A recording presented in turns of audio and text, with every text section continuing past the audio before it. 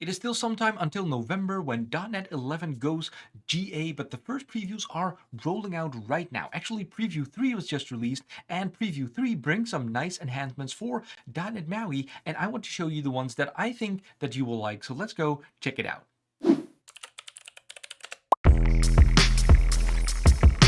As every year and with every .NET version, we are releasing a bunch of preview versions that lead up to the actual GA version that's going to be released every November of every year. It's 2026 and we're going to release .NET 11 in November.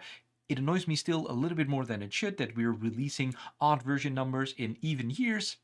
Anyway, and allow me to take this opportunity once again because .NET 11 is going to be a STS version, standard support version, which has like limited support in comparison to the LTS versions, the longer term support versions, but those versions are exactly the same. .NET 11 is not some beta version that we're not testing just as much as the .NET 12 that's coming up. None of that. The exact same bits will go into .NET 11 that will go into .NET 12. There is no reason for you to not just go on the STS version and do it with that. And for .NET MAUI, there's no difference at all. Every major version of .NET MAUI will just have support for 18 months. Okay, with all of that out of the way, there is a couple of features now in Preview 3 for .NET MAUI that I thought you would like. Some of them are features that have been requested since the Xamarin Forms days. So let's just switch over to my screen and let's check out what those are. Boom, here we are, and the first thing you see is a maps page. Are you excited or what? Because I think there have been some features in the default .NET MAUI maps control that have been missing since the Xamarin times, but we've finally been able to get to those and implement those for you. You can already see one of them. Well, actually, you can see all of them, but you can see this one. This is very obvious. The 2 right there is a cluster. And you can see I can zoom in and then it kind of like unclusters these things. And if I zoom out, it will cluster even more. You can see like, hey, it starts to add up all the pins right here. And this is all default functionality in the Apple Maps control. We've also implemented it for the Google Maps control, of course, the stock Google Map control, and Windows is a whole separate thing altogether. I'll get to that in another video maybe. But this is now implemented for iOS and Android, and I can just turn it off, right? So you could get the default behavior that it is right now. But a lot of people have been asking for this over the years. So now you can just do clustering, and whenever you start zooming in, it unclusters these things. And whenever it unclusters, you can suddenly see a little dive boat right here, the .NET dive boat from .NET 10 actually right now. I don't know what it's going to be for .NET 11. That's going to be exciting. But for .NET 10, we have a little dive boat. And these are custom pins. So I can just click that and you can get this custom pin right here. You can just add custom pins. Now throw out your custom renderers, your custom handlers, your custom everything. You can just now set custom pins in code super easily. I'll show you that in a minute. Now, the other things that you can see here is the overlays, right? So you can toggle the overlays and you will get this circle and you'll get this triangle, just the geometry shapes. You can draw everything on a map. That was already in there. But what you can do now is click on them. They have gotten click handlers. So you can see they light up a little bit now. You can do whatever you want, of course, with it, but you can click on that now. So that is new as well. And speaking of new and clicking, you can also long press on the map. So the map gained a long press gesture. And I hooked that up to dropping a pin right there. So, you know, I've been implementing dropping pins with just a click or just a tap. Now you can do a long tap, a long press on it, and it will then drop the pin. Let's see how easy it is. I've got my Visual Studio Code right here in the background, and I'm going to go to the Maps page in XAML. The XAML is nothing special, actually. Like, we have the map control and then the rest of the layout. You can see the MapLongClicked here. So that's here. Clicked is still a little bit funny in a tapped world, but it was already called MapClicked as well. So just to be consistent here, we called it MapLongClicked. Hook that up to an event handler. There we go. And is clustering enabled? Yes or no? Just a property on the map. You don't need to do anything else. And this is then all the buttons and all the things that are down there at the bottom of the map. And then here in code, you can see, hey, we're setting up a bunch of pins, right? So we have like a couple of landmarks around Seattle with the coordinates right there. And then we're going to create it, a new circle we're adding here, and then the circle clicked, right? So just the clicked handler, do the circle clicked, and then the triangle, and we have the same thing there. Polygon clicked, right? So you have kind of like the built-in shapes, and then your polygon that you can draw something yourself, but all of them now have a clicked handler. So, okay, this is the constructor, add default pins, move to region, nice, nice, nice. Custom icon pins, so these are the ones with the identifier that get a custom icon. So here in the add default pins, you can see, hey, it's going to loop through all of those coordinates that we had. It's going to add a pin. It's going to use a clustering identifier, right? So it knows when to cluster a thing. So you can also have multiple clusters. If you have restaurants and, I don't know, theaters, something like that, you can group those in restaurants and theaters, and it will not all cluster them together, but it will cluster it kind of like by group. So that's how that works. Look at the documentation. We should have that up for you as well. And then here, the custom icon pin, so contains the label, we have pin.ImageSource, just an image source which was already built into .NET MAUI, ImageSource.FromFile, .NETBot.png, and boom, we have this custom pin. It's that easy. Okay, on MapClicked, so I didn't really implement that right here. Well, actually we do, so you can see map tabbed at the coordinates right here, but the one I wanted to talk about is the on map long clicked, right? So you can see, hey, I long clicked it, I long pressed it, and now we have this drop pin. It's going to create a dropped pin right here. On pin clicked, of course, on circle clicked, right? So these are the event handlers for clicking on those shapes. We got those right here, and this is basically all there is to it. You can also toggle the overlays, right? I think that was already in there. Not entirely sure. I think so. But this is all the stuff that was added there.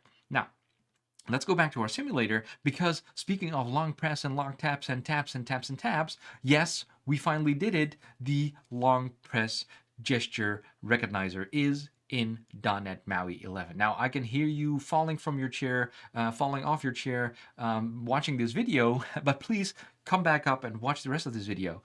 So here you can see press and hold me, right? Wait for long press, boop, and there we go. It's long. It's a little bit of a silly demo because you cannot see whenever I start tapping, but trust me, it's a long tap. Okay, here, and you can set kind of like the duration, but I think the duration is a limitation on Android. I think it's not settable there, so that's something for iOS. It's noted in the API documentation, so pay attention to that. And it's of course also implemented for macOS, same with the map, Android and Windows. The long press gesture recognizer is implemented for Windows.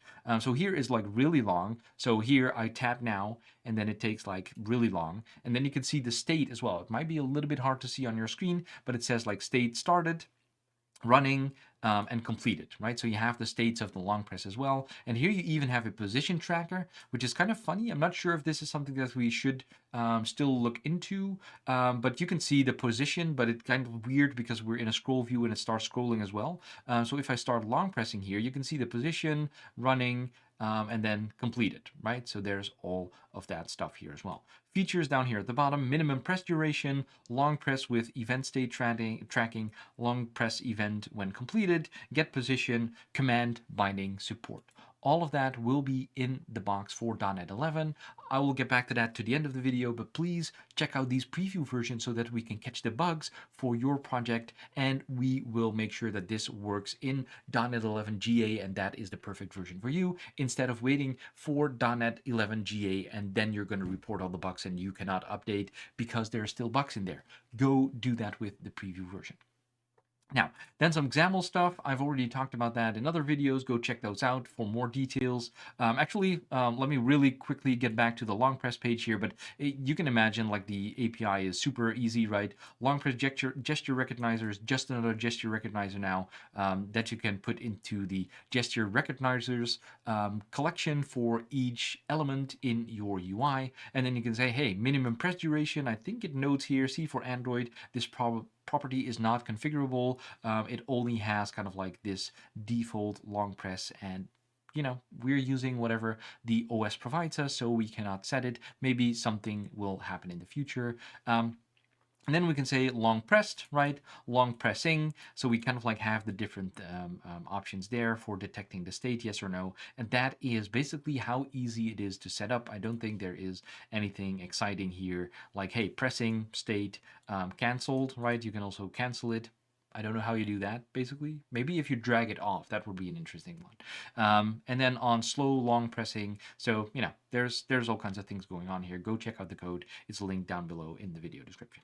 So let's go back here. XAML improvements. So implicit XAML namespaces. This will be the default, I think, in .NET 11. where it will be all implicit. Again, I think it's a little bit hard to see here on your screen, but before in .NET 10, you can see it's this whole block with all kinds of namespaces and stuff in there. For .NET 11, you can reduce that to just one line. No other things needed. So you can reduce all of the namespace declarations and also using the namespaces in, just go check out that other video. Go check out that other video. Link down below in the video description.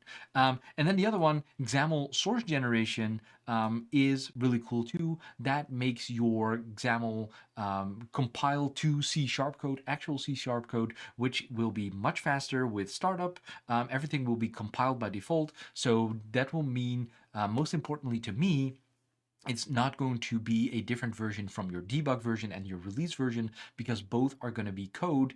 There's a whole story behind it, why those are separate versions right now, why something works in debug and might not work in release. XAML source generation fixes that. On by default for .NET 11. You can already switch this on right now for your .NET 10 projects as well. So go check that, switch it on, see if it works for you. If not, let us know and we'll fix it, because this is super important and also a great cool feature. New styles API. So there's a little bit of a new styles API that you can now use to invalidate a style at runtime as well.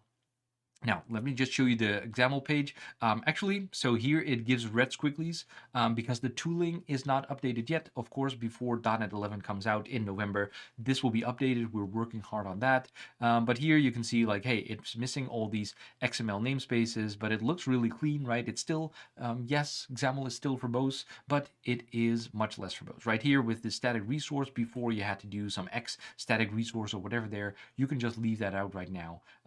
None of that is necessary anymore.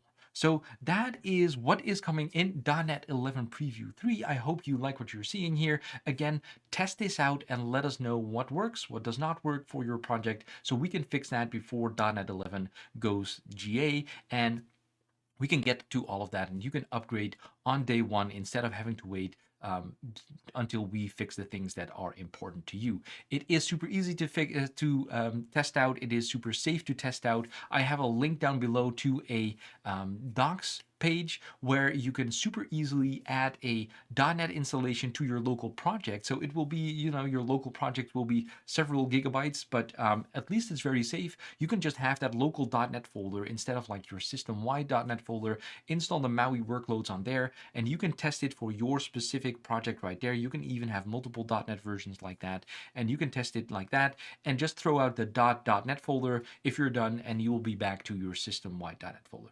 If you want to see a video about that, let me know down in the comments. Let me know what you think about all of this. There is much more cool stuff coming for Preview 4 as well. Maybe it has something to do with badges on shell tabs and toolbar items.